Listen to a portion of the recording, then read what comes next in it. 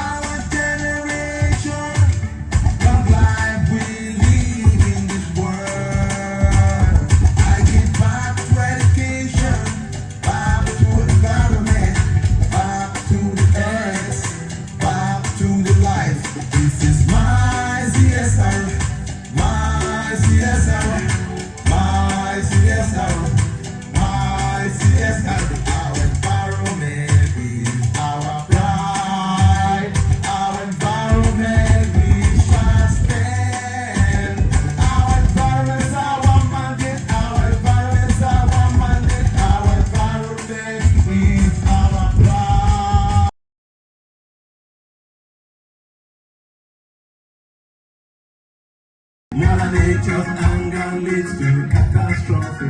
Yeah, Mother Nature is crying out for justice. Mother Nature is crying out for justice. No more mercy. Mother Nature is crying out for justice. Mother Nature is crying out for justice. No more mercy. A clean and a greener planet for I and I. A clean and a greener planet for our kind. A clean and a greener planet for I and I. A clean and a greener planet for our kind. A clean and a greener.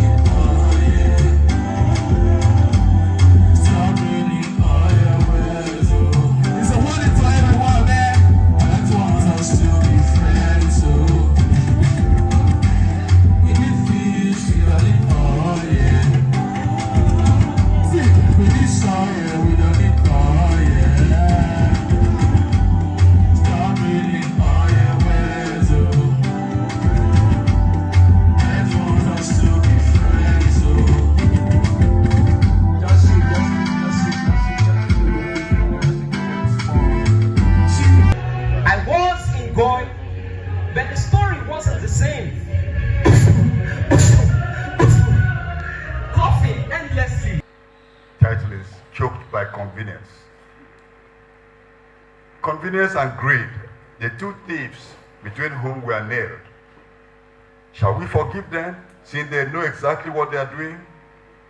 Held high up as cheap, hoisted aloft as efficient, we get enamored, stripped naked, spat upon, slapped, our dignity dragged in oceans of crude, our pride roasted on the fiery furnaces of oily companies. Convenience and greed, the two thieves between whom we are sacrificed. We drown in mountains of plastic, as plastics swallow the world. Whales, crocodiles, hippos, and the tiny ones, cattle, sheep, rabbits, goats, antelopes, and hapless kids feast on the sheets of their last suppers and lie prostrate, fed on fatal plastic lies. Postmortems denied, funerals delayed, with paid mourners weeping from tearless eyes.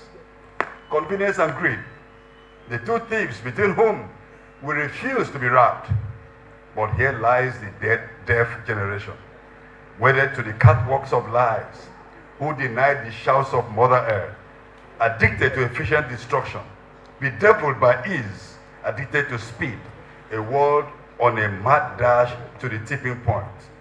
Roaring temperatures, raging floods, maddening droughts, desertified, deserted roads, oceanified, polluted swamps. Eyes open, arms linked, we build barricades. Solidarity erases greed. It's a time to embrace the inconvenient and heed the call of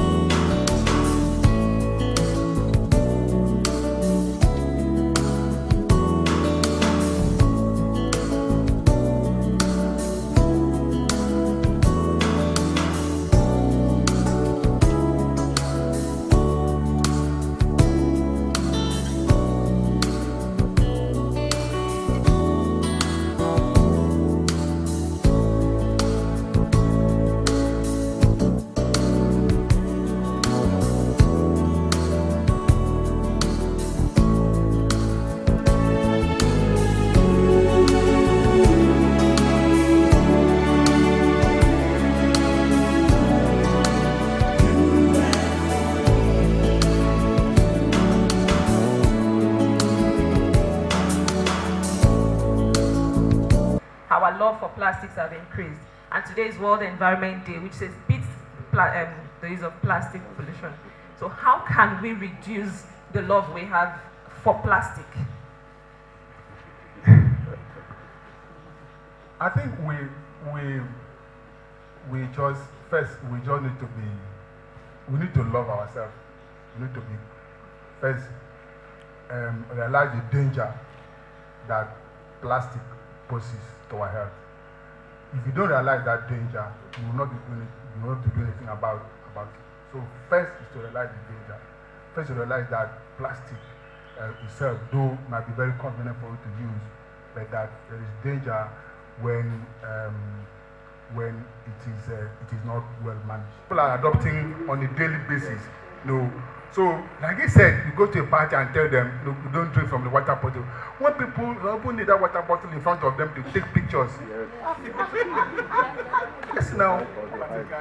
So that people say, you were there, okay, the water bottle is there, And so if you have that kind of mindset, how do you start changing that mindset?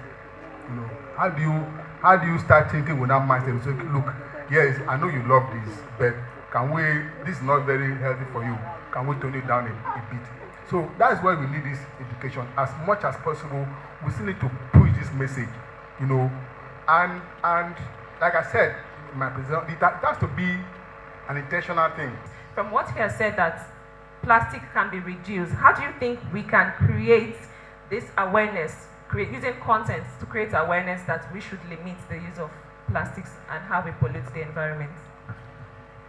Thank you very much. Content plays a very critical role in regards to any form of awareness that we want to make. Over the years, I've been more particular with motion, content, using that to tell stories about the environment, because you can't just go into content creation if you don't understand how to drive your message. The mobile phone today, I always say, is one of the biggest content machines. As God may have it, new technology like the evolution of new media has made it so easier for distribution channels to evolve, because previously If you don't have a TV station to show your content, you are nowhere to be found. Today you have Facebook, you have Instagram, you have Twitter, you have YouTube, which has in its own, in the last 2 decades, evolved as a specific category in terms of content distribution. So, but people need to know how to use it. You need to know how to post your videos. You don't just create a content and you say, oh, because you've done something on the environment, when you put it, people will watch it. There are dynamics, there are analytics that you must understand to be able to distribute your content and to reach the right audience that you want your message to reach. So you actually touched on the next question I was going to ask you, which is how can we use social media to tell the story? But you also talked about putting out the right content. So can you just briefly tell us, how do we develop the right content? Since you have talked about social media and putting out the right content, how do we develop this content to be the right thing that people should see? Okay. Twitter is a Lagos thing. I always say it. If you want to reach Lagos people, go to Twitter. But if you want to reach people in the Niger Delta, you use Facebook. Yes, it's true. I'm saying this because many people need to understand their audience in terms of content creation. You need to understand that if you want to build a content that is narrowed within the Niger Delta, first you must grab your audience locally. It is your local audience that will help you spread globally. Thank you very much. Can we please give a round of applause to my audience? It's been very engaging, but still on content creation. How did you know I was going to cross over to Mr. So still on content creation, how can we, Mr. Wale, I'm directing the question to you, how can we tell climate stories? How can we create content that talks about climate issues with the focus on putting out the major issue that we experience out there? Many people really understand what climate change really is. So you need to research first to create content or climate stories or tell climate stories. You need to understand the stories, the issues first. So the cartoons Mr. Mike put forward, it covers different aspects. Although he's talking about some, like we're talking about the fish and the rat. Yes, he's talking about the pollution that's taken in, but from a different light, I'm also seeing the fish that have stolen Nigerian funds and the rats that have stolen Nigerian funds, the snake that has stolen Nigerian funds.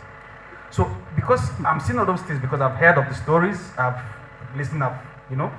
So when I see one issue, from that issue I'm able to see 2, 3, 3, 4, 5 connecting issues. Why? Because I've exposed myself to different issues. So until we are able to expose ourselves to different issues, then you'll be able to make the interconnectivity. The issue of plastic, for example, people are not seeing it as a problem now because it's the in thing. If you want to see the big boys, it's the red cup. If you want to see the rich guys, it's the Ever water bottle or the Olivia bottle on the armpits, on their arm, or their PA holding it. It's no longer fashionable to have a water bottle. They look at you like, who's this poor fellow that's trying to be too conservative, you know? They're not seeing it as a problem yet. And until, like I said, until you begin to see this as a problem, you can't make the connectivity. Some people might not even know that actually plastic comes from crude. Some people might not know. It's the reality. They just think it's one product from maybe rubber tree or something. They don't realize there's a connectivity to crude. And the more we are getting addicted to it, the more we are going to be needing more crude. So even if you stop producing BMS cars, you still need this crude to produce plastics that we're going to use. So until you begin to find this connectivity, you might not be able to tell climate stories that would make impact. So research, understanding the issue is first, and I think the most important thing you need to know before you start telling the story.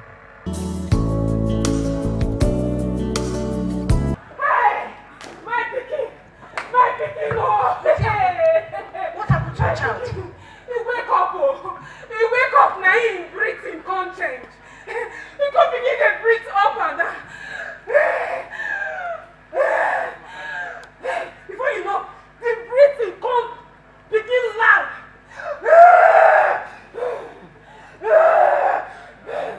All I know say the weather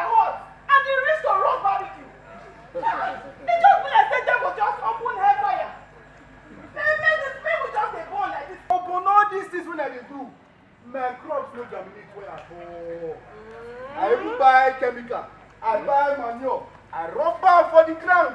I rub balm for the crops. Nothing to come out. See, global warming. Global warming is there than now.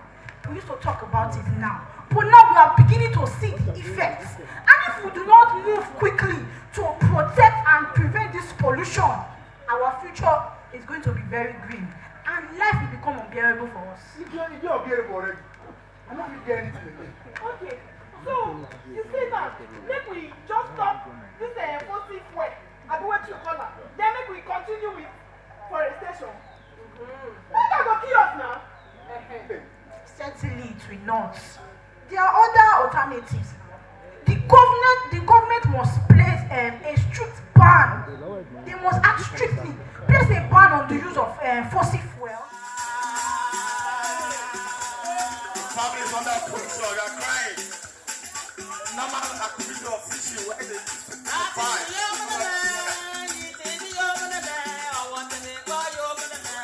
The children are crying. The father is crying. Mothers are crying. They can't fish anymore. Water.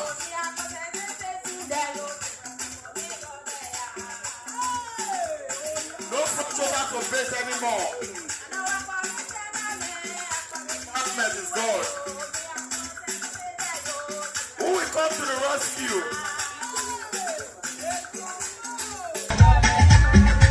So far, it has been educative and so entertaining as well.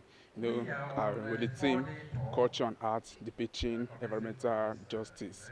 We watched several dramas and music, list of music. Some musicians came and present. So they tend to use arts to explain the good news of how we as individuals and persons to safeguard our environment and also as well Mother Earth. The lecture has been very impacting and educating in that we've learned the connection between both acts and activism.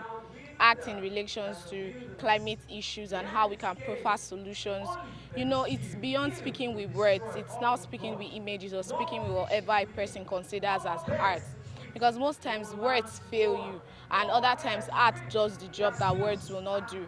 So I would say in rejuvenating the earth, today's lecture has taught us another alternative, another impactful way that we can pass this message we are trying to pass every single time we sit here for every School of Ecology lecture. Basically, that's what I've learned. Education should be more vocal, should be stronger, should be more persistent. You know, we should keep speaking to the issues. We should keep doing everything possible to draw government attention to the danger of climate change. You know, we should be more conscious of how we treat our environment, how we treat waste that we produce, you know, and be more intentional about what we should do about recycling, reusing also. Living in a very degraded environment in Nigeria and indeed in Africa, and the challenge also cuts across the whole world. So we have a duty which is inescapable to advocate for a safe, clean environment where people can live in dignity, to develop and grow to their best potential. We also have a duty to inform policy and to advocate for policy changes which we need. And right now, with the new government in place in Nigeria, there's a very good opportunity for the government to begin to think of the environment in a deeper way than has been the case. We really want to emphasize the fact that a safe environment is the right of the people according to the African Charter for People and Human Rights. It's also the only way you can have a healthy population, and without a healthy population, you cannot have a healthy workforce. So you want to have Nigeria working again, you have to have a healthy people in a clean environment.